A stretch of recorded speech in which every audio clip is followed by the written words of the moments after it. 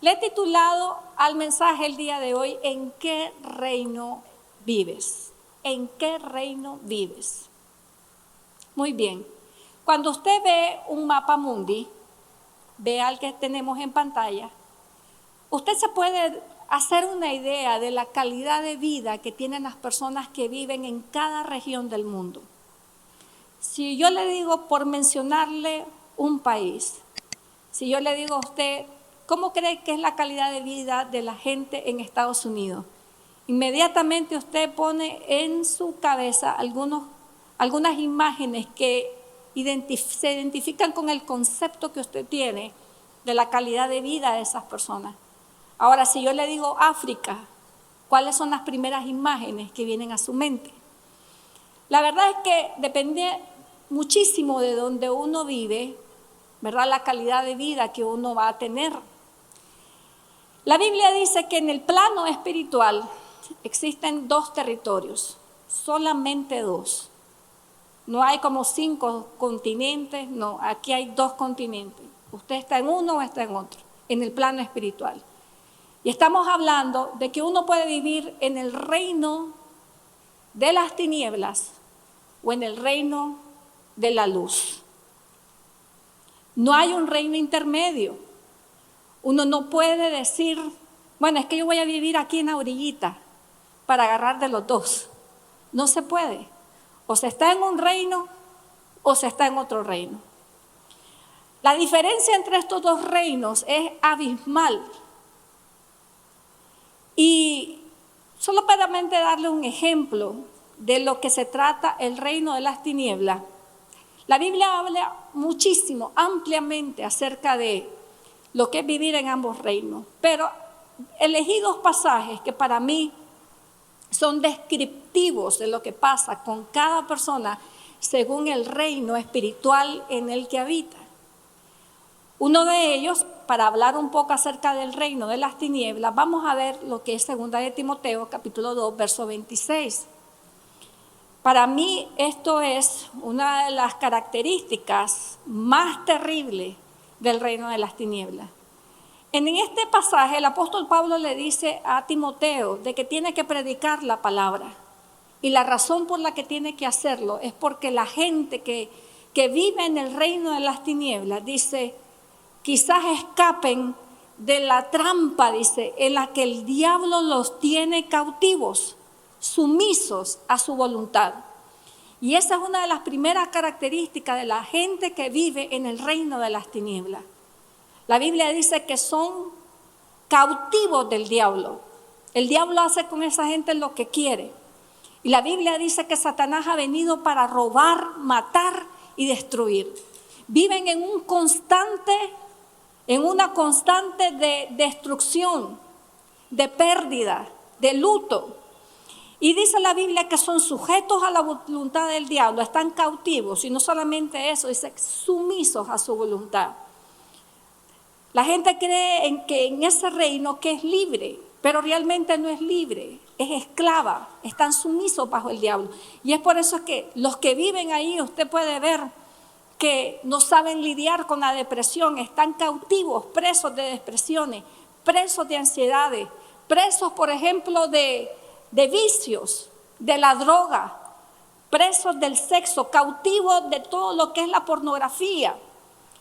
Y creen que viven en libertad cuando la condición espiritual de la que la Biblia habla, que verdaderamente viven, es que están cautivos del diablo y sumisos a su voluntad. Pero ahora déjenme hablarle de lo que es vivir en el reino de Dios.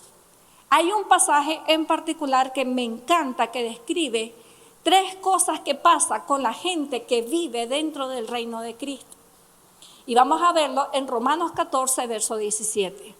Dice que la gente que vive en el reino de Dios puede gozar de lo siguiente. Dice, el reino de Dios no es comida, dice, ni bebida, sino que es justicia. En primer lugar, usted está bajo el reino de justicia, un reino justo. Dice, también es paz y gozo en el Espíritu Santo. Y esa paz que se experimenta en el reino de los cielos es una paz que sobrepasa todo entendimiento.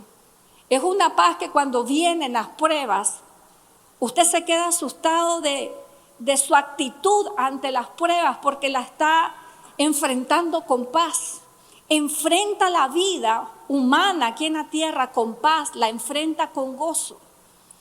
Usted no es preso de nadie, usted es una persona en control de sus emociones y sus emociones dominantes es la paz y el gozo del Espíritu Santo. Esa es una ejemplificación de lo que es vivir en el reino de Dios. ¿Y cuántos quieren vivir en este reino? Amén. En el reino de la justicia, de la paz y del gozo. Quiero hablarles entonces ahora de qué hay que hacer para estar en ese reino de Dios. ¿Qué hay que hacer para ser y formar parte de ese reino de justicia, de paz y de gozo? Jesús elige a un hombre llamado Nicodemo para hablar de este tema y aclararle a Nicodemo acerca de los requisitos que hay para entrar en el reino de los cielos. Quiero hablarles acerca de una conversación que tuvo nuestro Señor Jesucristo con un hombre llamado Nicodemo. Y la historia está en el libro de Juan, capítulo 3.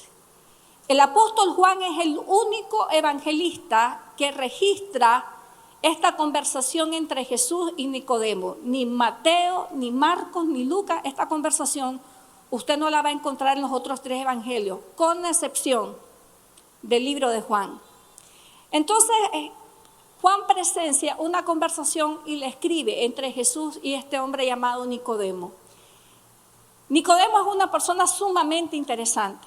Nicodemo, según una descripción que habla la Biblia, era un hombre que era un principal de los fariseos. Ahora, cuando usted escucha la palabra fariseo, automáticamente usted se hace una idea de que era un hipócrita, un religioso hipócrita. Pero no todos los fariseos eran hipócritas. De hecho, déjeme decirle que los fariseos era un movimiento de personas que se habían organizado para poder conservar lo que eran las leyes y las costumbres judías. Los fariseos, de hecho la palabra fariseo significa apartados o purificados. La meta de ellos que ellos tenían era evitar que Israel, a pesar de haber sido colonizada por los imperios de Grecia y después de Roma, ellos querían evitar de que Israel absorbiera la cultura de los países que los gobiernos o los imperios que los estaban dominando. Entonces ellos se organizan para formar un movimiento que, a pesar de estar gobernado por imperios de esa categoría, ellos pudieran conservar lo que era el judaísmo. Entonces la Biblia dice que Nicodemo era uno de los principales, y no solamente él era un principal fariseo, sino que la Biblia enseña que también era un maestro de la ley. Para llegar a ser maestro de la ley, por ley, uno tenía que haber pasado por un proceso, y por eso se cree que Nicodemo, aparte de que era fariseo, también había sido escriba. Los escribas eran los que hacían copia de la ley de Dios. Entonces era fariseo, era escriba, y la Biblia dice que era uno de los principales del judaísmo. Era un hombre de alto rango. Y es interesante que Jesús lo escoja a él para poder explicar lo que es vivir realmente el reino de los cielos. Porque muchas veces uno cree de que porque uno tiene, digamos, un cierto estatus económico, o uno llega a tener una cierta aceptación social, o que tiene, por ejemplo, un conocimiento religioso o un poder político, la gente cree que por ser así ya está viviendo en el reino de los cielos. Entonces, Nicodemo llega a Jesús de noche, lo saluda, y mire qué bonito el saludo que Nicodemo le dice a nuestro Señor. Le dice maestro, le dice rabí, reconociendo de que Jesús tenía una enseñanza que era superior a lo que él poseía. Reconoce que Jesús es un maestro y le dice, sabemos que has venido de Dios. Y esto es interesante porque habla de una pluralidad. Nicodemo reconoce que hay otros igual que él, que saben que Jesús había venido de Dios. Y le dice, porque las obras que tú haces, nadie las puede hacer si Dios no estuviera con él. Entonces le da un reconocimiento. Inmediatamente después de eso, Jesús da una respuesta que no tiene nada que ver con el saludo que Nicodemo le da. Es más, pareciera que Jesús está respondiendo una pregunta que Nicodemo ni siquiera hizo. Pero yo creo que es que Dios lo estaba eligiendo a él para hablar de un tema importante, que era cómo ver el reino de Dios. Nicodemo lo saluda e inmediatamente en el verso 3, vamos a leer Juan 3:3, dice de la siguiente manera: Jesús le responde y le dice, de cierto te digo, que el que no naciere de nuevo no puede ver el reino de Dios. Jesús va a empezar aquí ahora a hablar con Nicodemo, va a hablar del reino de Dios. Pero le dice Jesús algo a Nicodemo que es como, le dice, esta es la ticket para entrar en el reino de Dios. Y le dice, si no naces de nuevo, no puedes ver en el reino de Dios. Si no tienes un nuevo nacimiento, no vas a entrar en el reino de Dios. Y hay personas que creen o han creído a lo largo de los años que un nuevo nacimiento es simplemente levantar la mano en una iglesia después de haber aceptado una invitación o repetido una oración y que ya eso es un nuevo nacimiento. Pero va mucho más. Jesús quiere ampliar este concepto de lo que es el nuevo nacimiento. Y en el verso número 5, Jesús le habla a Nicodemo acerca de dos cosas que tienen que pasar para que una persona se considere que ha nacido de nuevo. Nicodemo le dice, ¿cómo es eso que voy a nacer de nuevo? ¿Cómo es eso? ¿Voy a volver a entrar otra vez en el vientre de una mujer? Y Jesús le hace una pregunta y le dice, ¿eres tú maestro de la ley y no sabes qué significa nacer de nuevo? Y es interesante porque cuánta gente cree que conoce la Biblia, que sabe la Biblia, pero no entiende lo que significa nacer de nuevo. Entonces Jesús viene y le dice, hay dos condiciones que se tienen que dar para nacer de nuevo. Y vamos a verlo en Juan capítulo 3, verso 5. Dice la siguiente manera. Respondió Jesús, de cierto, o sea, doble afirmación, te digo que el que no naciere, número uno, del agua y no naciere del Espíritu, no puede entrar en el reino de Dios. Ahora, si usted es un creyente nuevo o que no ha profundizado en este tema, usted pasa por este versículo y se queda en el aire. ¿Qué significa eso? Nacer del agua, nacer del Espíritu. Es por eso la importancia de no solamente leer una parte de la Biblia, sino leer toda la Biblia. Hay pasajes en la Biblia que en un momento en que usted los lee no le va a entender, pero después vienen más adelante otros pasajes y se los aclara. Entonces, vamos a aclarar qué significa esto de nacer del agua primeramente. ¿A qué se refería Jesús cuando se dice que hay que nacer del agua? En primer lugar, los estudiosos ven aquí que esta agua de la que Jesús está hablando representa o pueda representar dos cosas. La primera de ellas es el bautismo. El bautismo en agua. El bautismo que simboliza la muerte a una vida vieja y el nacimiento a una vida nueva. Vamos a leerlo en Romanos capítulo 6, verso 4, como dice, por tanto, mediante el bautismo, dice, fuimos sepultados con Él en su muerte, a fin de que así como Cristo resucitó por el poder del Padre, también nosotros llevemos una vida nueva. El bautismo es la simbología de una decisión que primero se tomó en el corazón. Y es la decisión de dejar atrás la vida vieja, todas las cosas que hacíamos antes, para ahora llevar una nueva vida en Cristo Jesús. Eso simboliza el bautismo. Ahora, hay otros que también estudian esto y dicen de que esta agua de la que Jesús menciona aquí significa también la palabra. Cuando uno es bautizado en el agua, también es un simbolismo de recibir la palabra, de ser sumergidos en la palabra de Dios. La Biblia dice en 1 de Pedro 3:21, para aclarar este concepto, porque hay tantas personas, amados hermanos, que se han puesto la bata blanca, han bajado a las aguas del bautismo y lo único que se dieron fue un chapuzón. Pero realmente no entendieron lo que significaba lo que estaban haciendo. No entendieron que el bautismo es un compromiso con Dios para vivir una vida nueva. Miren lo que dice 1 de Pedro, capítulo número 3, verso 21, dice: el bautismo no consiste en la limpieza del cuerpo, sino en el compromiso, diga conmigo, compromiso, de tener una buena conciencia delante de ¿quién? Delante de Dios. El bautismo, dice, es un compromiso de que yo voy a tener de aquí en adelante una buena conciencia delante de Dios. No se trata de tener una vida de apariencia o una vida para aparentar perfección a las demás personas. No, sino es una vida que quiere tener una conciencia buena delante de aquel que nos ve cuando nadie nos está viendo. Hay personas que son muy buenas cuando se trata de su comportamiento en público, pero cuando se trata del comportamiento privado, de lo que hace cuando nadie lo ve, es otra cosa, es otro mundo.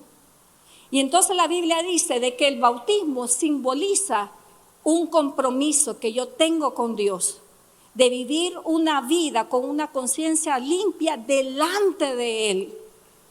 Esto quiere decir de que cuando pienso, ¿verdad?, o estoy tentado a hacer algo, la primera persona a la que no quiero ofender es a Dios.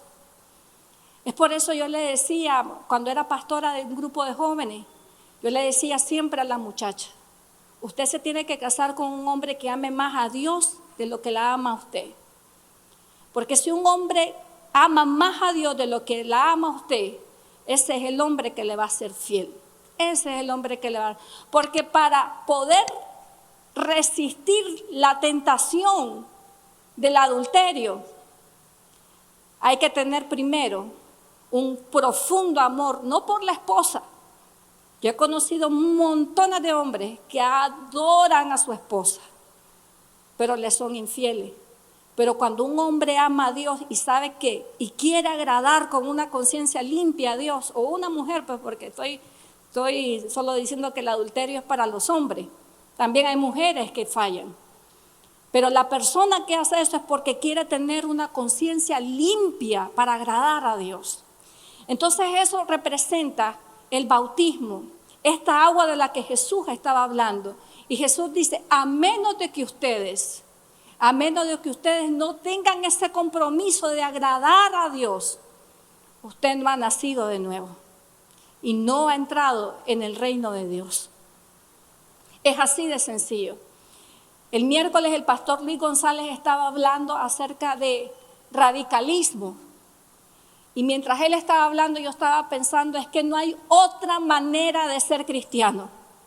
O uno es un cristiano radical o no es cristiano. Hay personas que quieren como vivir en ambas aguas, ser un poco cristiano, pero por si acaso ser un poco mundano. Eso no se puede. Dice la Biblia que un poquito de levadura leuda toda la masa. Y muchas veces uno está coqueteando con el mundo para poder encajar y no sabe que lo que uno verdaderamente está haciendo es un pésimo testimonio para las personas que no creen en Cristo.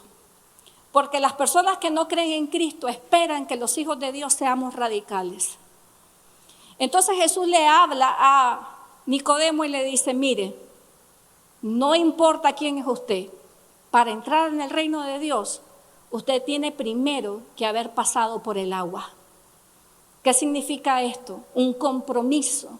El compromiso de vivir una vida con una conciencia limpia delante de Dios. Y la segunda cosa que le dice a Nicodemo nuestro Señor es que él tiene que nacer de nuevo en el Espíritu. Tiene que nacer de nuevo en un sentido espiritual. Y pareciera que ahí se acaba la conversación, porque en el capítulo 3 del libro de Juan no se explica realmente qué significa vivir una vida nueva en el Espíritu. Sigue Jesús y ahí al mismo Nicodemo le da uno de los pasajes claves del Evangelio que dice: porque de tal manera amó Dios al mundo, que ofreció a su Hijo Jesucristo para que todo aquel que en él crea no se pierda, mas tenga vida eterna. Pero en sí el concepto de qué es vivir una vida nueva en el Espíritu no se aclara en este verso. Pero pasan algunas cuantas décadas y Juan, que fue el que escuchó esta conversación, escribe una carta que ahora la conocemos como su primera epístola, la primera epístola de Juan. Y en esa primera epístola de Juan, Juan aclara qué es haber nacido de nuevo en el Espíritu. ¿De qué se trata? El apóstol Juan, yo me imagino, esto es solo mi imaginación, ¿ok? Aclaro que es solo mi imaginación. Yo me imagino que el apóstol Juan, haber escuchado la conversación y haber escuchado cuando Jesús le dijo a Nicodemo: te es necesario nacer del agua y del Espíritu. Y Juan se haber quedado: ¿qué rayo es eso? Yo me imagino a Juan regresando donde Jesús y diciéndole: Señor, ¿me podrías aclarar un poquito más este concepto de nacer de nuevo en el Espíritu? Y yo me imagino al Señor aclarándole, diciéndole: mira, de esto se trata, nacer de nuevo en el Espíritu. Cuando una persona ha nacido de nuevo en el Espíritu, tiene estas 4 características. Juan las comparte con nosotros décadas después, cuando escribe su primera carta apostolar, y habla acerca de cuáles son estas características. Entonces ahora vamos a correr unos años, unas cuantas décadas, y vamos a ampliar qué significa esto. En primer lugar, Juan aclara que una persona que ha nacido de nuevo en el Espíritu de Dios tiene esta característica. Número 1, practica la justicia. Miren lo que dice en Primera de Juan, capítulo número 2, verso 29. Si reconocen que Jesucristo es justo, ¿y cuántos reconocemos que Jesucristo es justo? Amén. Ok, entonces dice, si reconocen que Jesucristo es justo, no basta con eso. Reconozcan también que todo el que practica la justicia ha nacido de él. ¿Cuál es la primera característica de los que han entrado en ese reino de Dios? ¿Cuál es la primera característica de los que han nacido de nuevo y están en el reino de Dios? Aquí está claro. Número 1, practica la justicia. No es una vida de egoísmo, de solo para mí. No es una vida de estafa. No es una vida de a ver cómo le hago para ver cómo te hago perder para ganar yo. La justicia tiene que ver todo, amados hermanos, de la manera en cómo nos administramos, cómo vivimos y cómo también tratamos a las otras personas. Y si usted quiere emplear su concepto de lo que es justicia, usted tiene que leer los 10 mandamientos, el resumen de lo que Dios espera que hagamos como obras de justicia. No matarás y todas sus formas de matar. No adulterarás, ni siquiera vas a codiciar a la mujer de tu prójimo, eso es justicia. No mentirás y todas sus formas de engaño y de mentira, eso es justicia de Dios. No vas a robar, no vas a matar, no vas a mentir, no vas a decir falso testimonio en contra de otra persona. Vas a honrar a tu padre y a tu madre. ¿Sabe cuántas personas creen que van para el cielo, pero tratan a sus padres de una manera cruel? Ni siquiera lo honran dándoles algo. Se portan egoístas. Pero en la mente de ellos van para el cielo. Pero aquí Jesús aclara, aquí Juan aclara y dice, no, eso no es así. El que practica justicia, dice, ese es el que ha nacido de Dios. Pero el que practica la injusticia, no se pierda, no ha nacido de nuevo. No está en el reino de los cielos. La segunda cosa que Juan viene y aclara acerca de qué produce el nuevo nacimiento es la siguiente: una vida que ha nacido de nuevo en el Espíritu es una que no practica el pecado. El mismo apóstol Juan en su primera carta habla de que es cierto, no somos perfectos y vamos a pecar. El que diga que no tiene pecado, dice, es mentiroso, ya sea Dios mentiroso. Pero tenemos un intercesor, dice Juan, Jesucristo justo, quien intercede por nosotros en nuestras debilidades. Pero aquí la palabra clave es la palabra práctica. Mire, amados hermanos, a mí me pueden tirar una bola, yo la pateo y eso no me hace un futbolista. ¿Por qué? Porque no practico fútbol. ¿Ok? Y pasa lo mismo con el pecado. Sí, hay cristianos que fallan, en verdad, pero es diferente cuando hay cristianos que practican el pecado. La palabra práctica involucra una secuencia constante de un mismo pecado que tiene libertad y licencia en nuestra vida y que no tiene freno, nadie lo está frenando. Eso es muy distinto. Entonces dice la Biblia, el que vive esto no ha nacido de nuevo. Y se lo voy a probar. Mire lo que dice Primera de Juan, capítulo 3, verso 9. Dice, ninguno que haya nacido de Dios practica el pecado. ¿Cuántas personas vienen a las iglesias, salen de las iglesias y por décadas tienen no solamente una esposa, tienen otra familia y no dejan eso?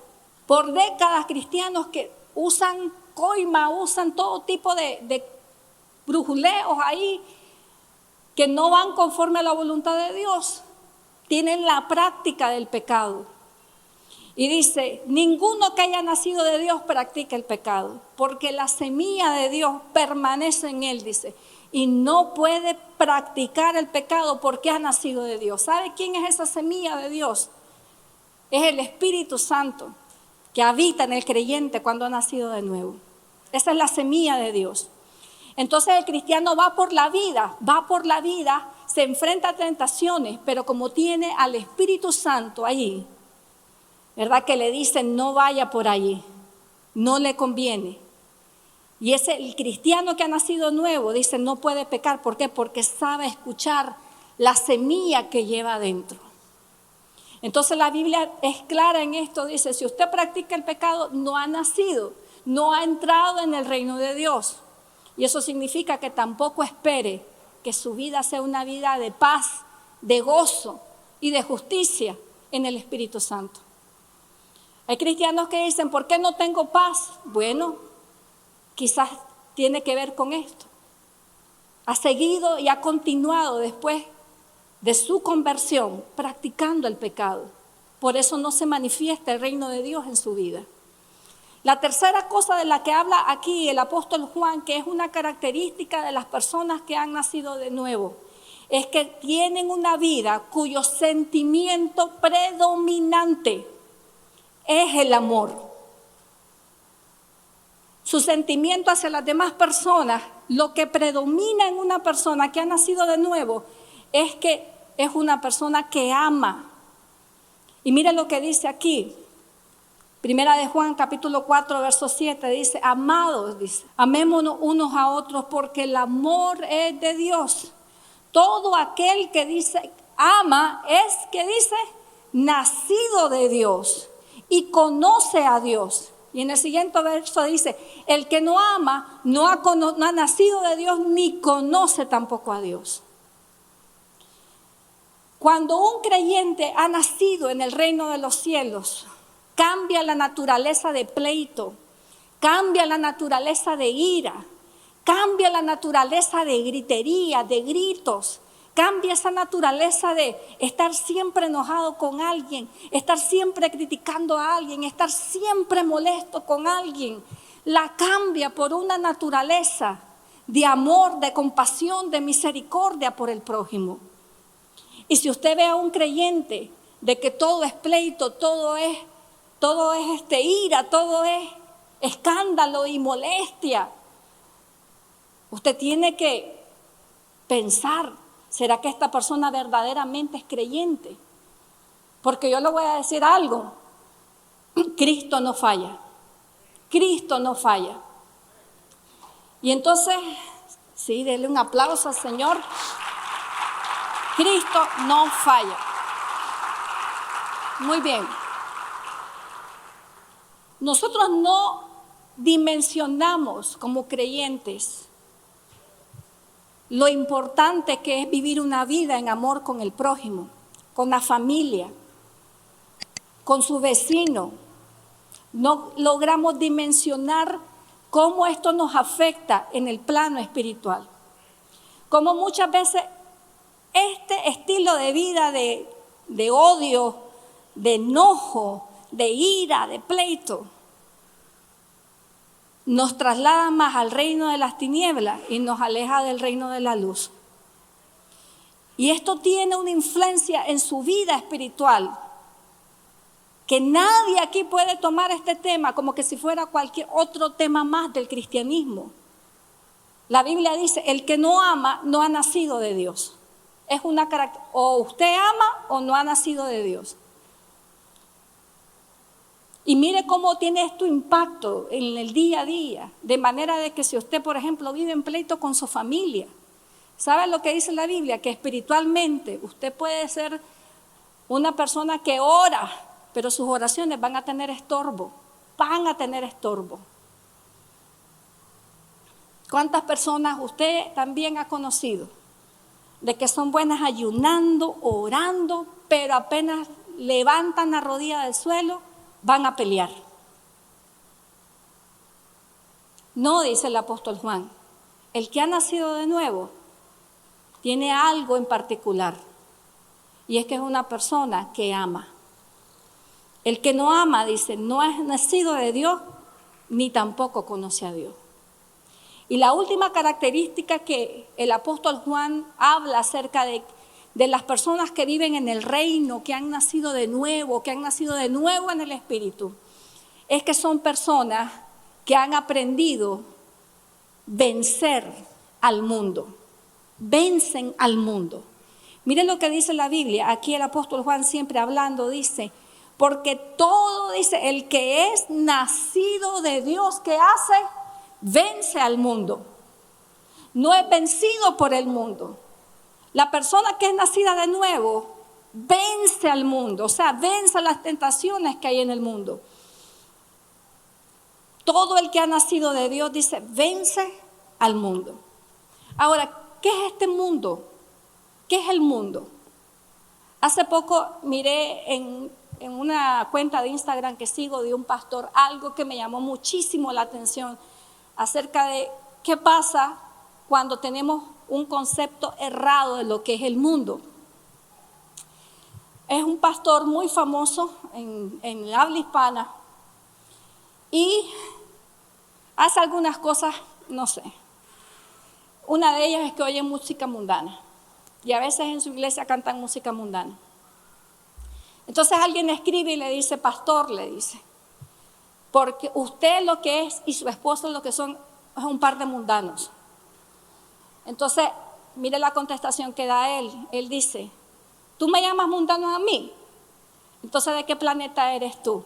Seguro es que eres de Marte. ¿O es que la silla donde te sientas no es mundana? ¿O es que la ropa que usas no la confeccionaron en el mundo? ¿O es que el vehículo que manejas no fue producido en el mundo? A menos que tú vengas del planeta de Marte. Yo sí soy mundano, porque yo vivo en este mundo y uso todo lo que el mundo me ofrece. Cuando escuché esta conversación dije yo, Dios, esto pasa cuando no tenemos los conceptos correctos de la palabra de Dios. El pastor, digo yo, está mezclando el agua con el aceite.